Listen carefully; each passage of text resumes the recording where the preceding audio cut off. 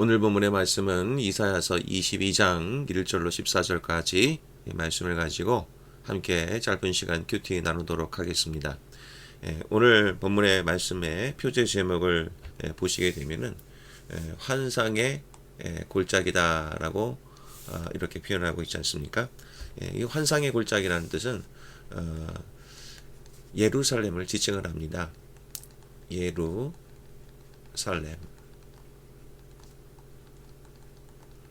예루살렘이라면 대표적으로 그 나라는 어떤 나라지요? 바로 남유다를 가리키는 겁니다. 지금까지 하나님께서는 이사야서 22장 전까지는 이방 나라들에 대한 심판들을 계속해서 해오셨죠. 그 이방 나라들은 대표적으로 어떤 나라들이 있었습니까? 바로 애굽이라는 나라가 있었고요. 또 구스라는 나라도 있었습니다. 또한 두마라는 나라, 곧 에돔이라고 하죠. 에돔 족속. 또는 아라비아라는 나라도 또 심판의 또 대상이었고, 또 바벨론이라는 나라도 하나님께서 심판하실 것임을 말씀하고 있었습니다. 자, 그렇게 계속해서 이방 나라들에 대한 심판을 해오시던 하나님께서 오늘 환상의 골짜기에 관한 경고, 바로 남유다 예루살렘에 대한 심판의 말씀을 또한 하신다는 것입니다. 우리가 여기서 알 수 있는 전체적인 메시지가 하나 있습니다. 이것은 그런 이방 나라들에 대한 하나님의 이런 심판들을 보면서 이스라엘 백성들은 하나님께서는 그러한 죄들을 물으셔서 하나님께서 그렇게 심판하시는구나 라고 남유다 백성들이 깨닫고, 결국 이런 남유다 백성들이 어떻게 해야 될까요? 하나님께로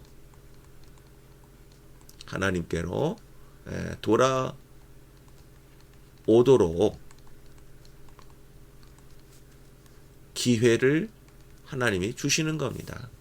그러니까 남유다 백성들은 이런 것을 계기로 해서 오히려 하나님께로 더 돌아오고 또 하나님께로 더 엎드려야겠다라는 그런 결단을 내려야 된다라는 것이죠. 그런데 정작 남유다 백성들은 오히려 그런 것들을 보고 엉뚱하게 다른 반응을 보여왔다는 것입니다.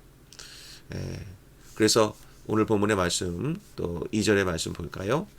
2절의 말씀 보니까 소란하며 떠들던 성, 즐거워하던 고울이여, 너의 죽임을 당한 자들, 죽임을 당했는데 오히려 그들을 생각하기를 칼에 죽었다고 생각을 하고, 오히려 전쟁 때문에 그들은 사망한 것이라고 그들은 생각을 했다라는 것이죠.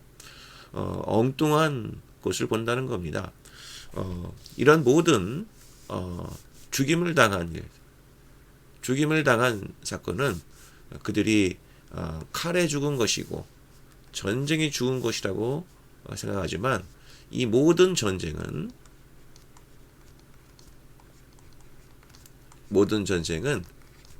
바로 누구에게 속해 있는 것입니까? 바로 여호와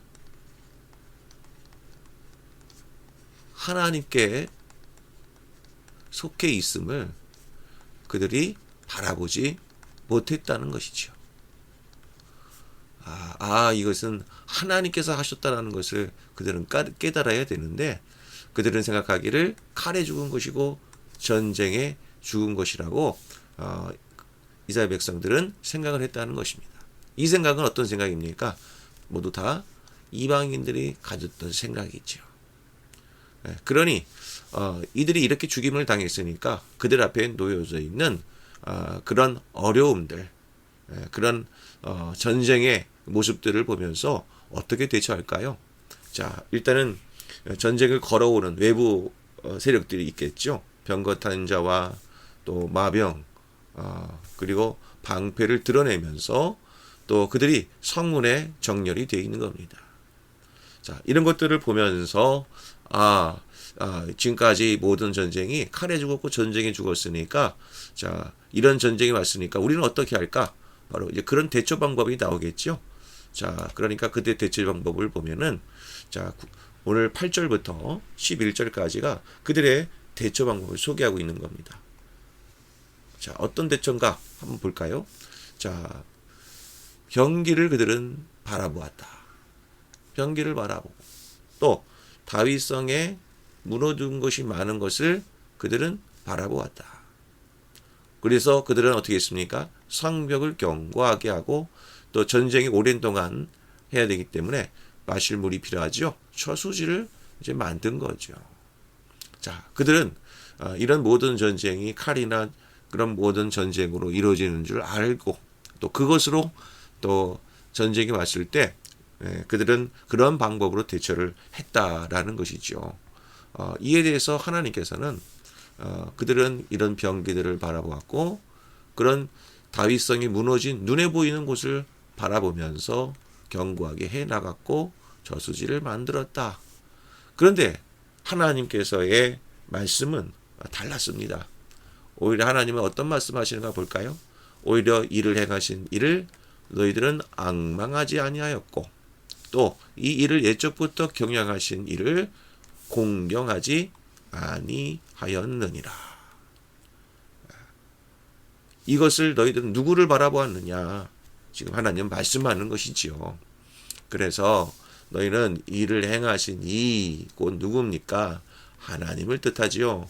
이 일을 옛적부터 경영하신 이 역시 하나님을 뜻합니다.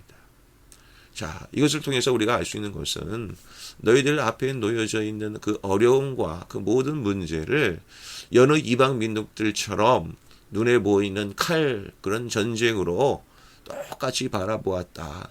그래서 너희들 스스로 병기를 바라보고 또 무너진 곳을 바라보면서 견고하게 하려고 했고 저수지를 만들었지만 그렇게 해서 너희들이 이 전쟁을 이기는 것이 아니다. 왜냐하면 이 전쟁은 전적으로 하나님께 속해 있기 때문이다. 그러니까 너는 이 전쟁의 주관자 되시는 하나님, 이를 행하신 하나님, 이것을 옛적부터 경영하신 그 하나님을 너희들이 어떻게 해라? 앙망하라. 그리고 그 하나님을 공명하라. 라는 것입니다. 결국 하나님께서 너희들이 닥쳐진 바로 그날에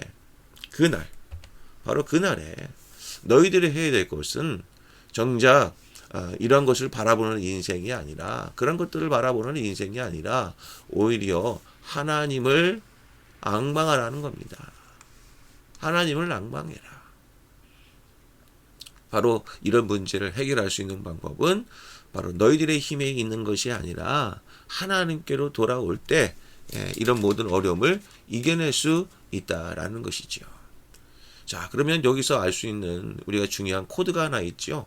바로 그것은 무엇이겠습니까? 사람들이 다 보지만 보지 못하는 것. 바로 우리는 그런 것을 바라보는 인생을 살아가고 있습니다. 바로 그 인생은 어떤 인생이라고 할 수 있을까요? 바로 우리는 믿음을 취하는 인생이라고 할 수 있겠습니다. 바로 무엇입니까? 바로 믿음이라는 겁니다. 자, 믿음은 바로 무엇입니까? 우리 히브리서 11장에 분명히 또 말씀하고 있지 않습니까? 믿음은 바라는 것들의 실상이며 무엇이라고 되어 있습니까? 보이지 아니하는 것. 아니하는 것들의 증거다라고 말씀하고 있지 않습니까? 결국 보이지 아니하는 세상 사람들이 바라보지 못하는 그러한 것들의 증거로서 우리는 무엇을 가져야 되느냐? 믿음을 가져야 되겠다라는 것이지요.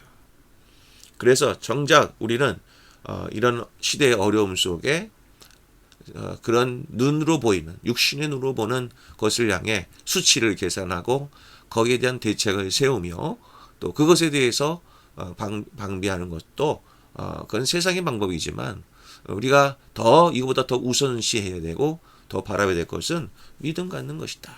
믿음 갖는 것이다. 하나님은 바로 그런 말씀을 하고 있습니다. 지금 이 시대의 키워드는 바로 무엇입니까? 이 시대의 키워드는 단연코 이 코로나라는 것과, 그죠? 코로나, 또 요즘 물난리를 많이 겪고 있죠. 홍수, 물난리가 많이 있습니다. 또 지구 반대편 밑에 부분에는 또 눈이 또 많이 내리지 않습니까? 또 이런 재앙의 수준, 또 기근, 또 이런 모든 상황 속에서 우리가 나름대로 이것에 대한 대책들을 또 강구하면서 어려움을 모면해 나가고 있죠. 코로나는 또 어떻습니까? 또 백신의 개발을 하면서 나름대로 그 어려움들을 대처해 나가고 있습니다. 물론 이것들이 필요 없다는 것이 아닙니다. 그러나 이런 것들을 하는 것은 세상 사람들의 방법이 1차적인 순위고, 우리 믿는 사람들은 이런 것들보다 더 우선시해야 될 것이 있는데 바로 믿음이라는 겁니다.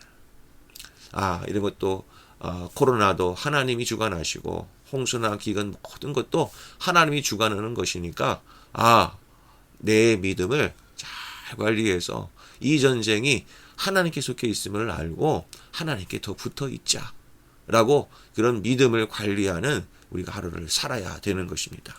그러므로 오늘 본문의 말씀을 통해서 우리가 한 가지 기도 제목 삼을 것은 믿음이 떨어지지 않도록 항상 하나님께 기도해야 될 것이고, 또 믿음은 어떻게 생깁니까? 로마서 10장 17절 말씀처럼 말씀을 들어야 믿음이 생깁니다. 내 노력으로 믿음이 생기는 게 아니죠. 그러므로 하나님 앞에 기도하고, 오늘도 그 말씀을 내가 묵상하며 곱씹으며 하나님 앞에 주야로 묵상하며 나갈 때 생겨진 그 믿음 가지고 우리는 그 기도로 승리하게 될 것이다 라는 것입니다.